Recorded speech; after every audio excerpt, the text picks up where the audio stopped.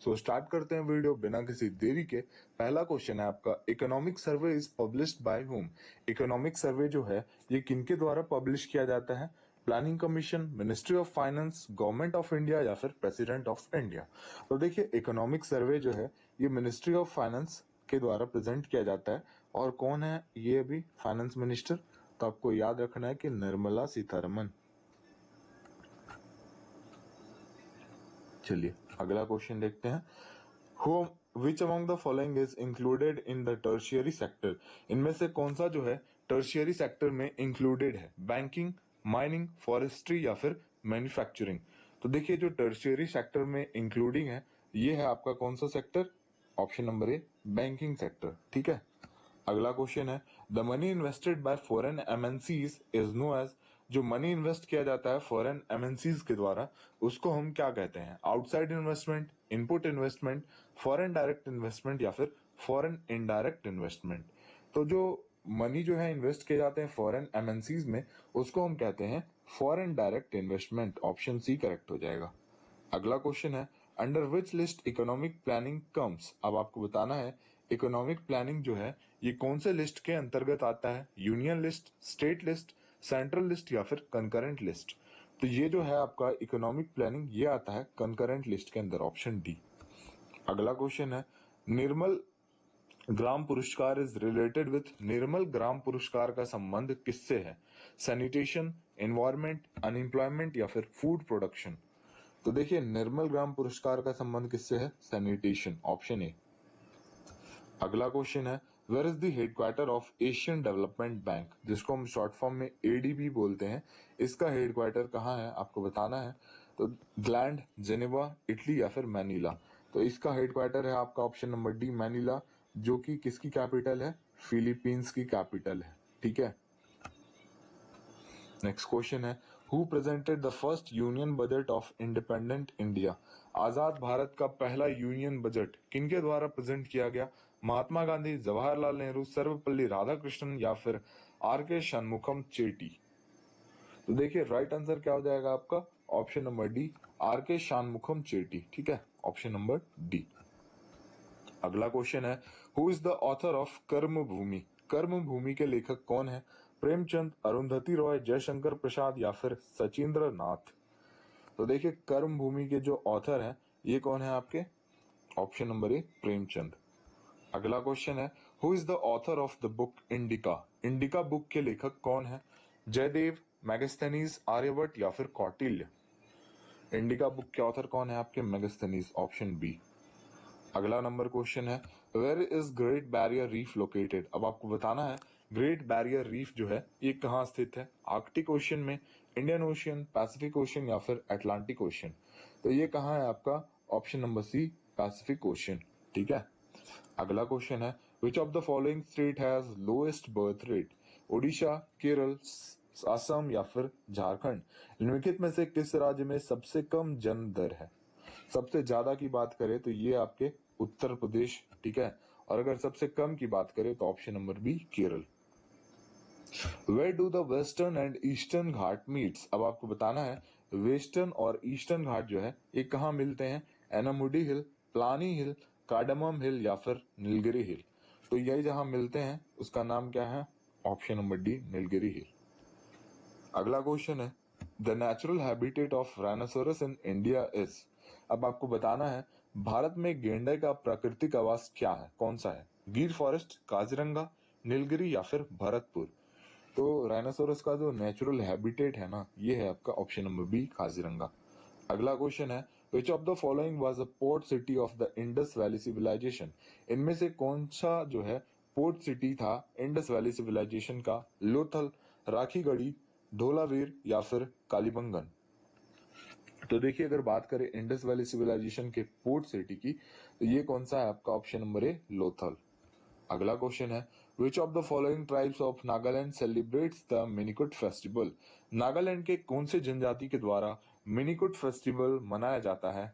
चैंक्स, कैचरीज, cookies या फिर एंगेमीज। तो देखिए मिनिकुट फेस्टिवल कौन से ट्राइब्स के द्वारा मनाया जाता है? Kukis, option number C. अगला क्वेश्चन है, when was the first international day of yoga celebrated? Bharat में पहली बार इंटरनेशनल डे ऑफ योगा कब सेलिब्रेट किया गया? सॉरी, यहाँ पे भारत का तो जिक्र नहीं किया गया, आपको बताना है इंटरनेशनल डे ऑफ योगा पहली बार कब सेलिब्रेट किया गया, ये आपको बताना है। तो देखिए, इंटरनेशनल डे ऑफ योगा पहली बार कब सेलिब्रेट किया गया? ऑप्शन नंबर ए, 21 जून 2015। ठीक है। अगला क्वेश्चन है, select the water soluble vitamin among the following. अब आपको बताना है इनमें से कौन सा वाटर सॉल्युबल विटामिन है, मतलब कि पानी में घुल जाने वाला विटामिन कौन सा है? Vitamin A, vitamin B, vitamin C या फिर विटामिन डी। तो देखिए 17 नंबर ऑप्शन सी हो जाएगा। विटामिन सी जो है वाटर सॉल्युबल विटामिन है, और यहाँ पे मुझे लग रहा है कि इंडिया भी होना चाहिए। ठीक है, इंडिया होना चाहिए। ठीक है, इसको देख लेंगे एक बार, मैं आपको कमेंट में बता दूंगा। ठीक है, जैसा होगा। नेक्स्ट क्वेश्चन है 18 number question, what is the chemical name of table salt? आप एक बार कमेंट सेक्शन जरूर से चेक कर लेना, जो भी होगा मैं क्लियर कर लूंगा। ठीक है, what is the chemical name of table salt? Table salt का केमिकल नाम क्या है? Sodium chloride, sodium bromide, potassium chloride या फिर पोटेशियम ब्रोमाइड? तो देखिए राइट आंसर क्या हो जाएगा आपका? सोडियम क्लोराइड टेबल सॉल्ट का केमिकल नेम है। अगला क्वेश्चन क्या है, Mohenjodaro is situated on the bank of which river? आपको बताना है मोहनजोदड़ो जो है ये कौन से नदी के किनारे स्थित है? राबी, इंडस, यमुना या फिर सरस्वती? राइट आंसर हो जाएगा आपका ऑप्शन नंबर बी, इंडस। अगला क्वेश्चन है, malic acid is found in which of the following? इनमें से किसमें मैलिक एसिड पाया जाता है? एप्पल, विनेगर, लेमन या फिर टोमेटो? तो इन सारे को एक बार हम डिस्कस कर लेते हैं, किसमें कौन सा एसिड पाया जाता है।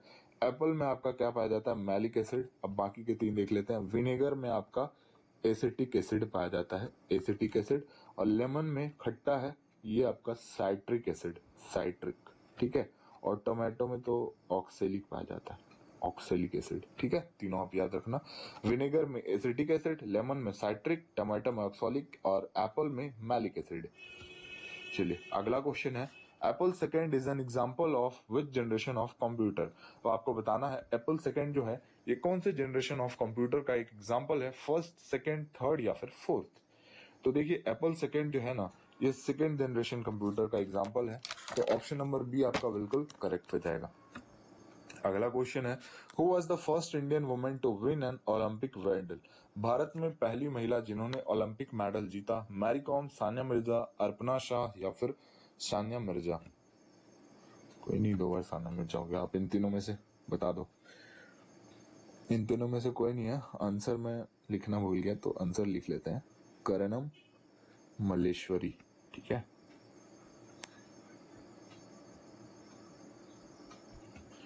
चलिए ठीक है, क्लियर।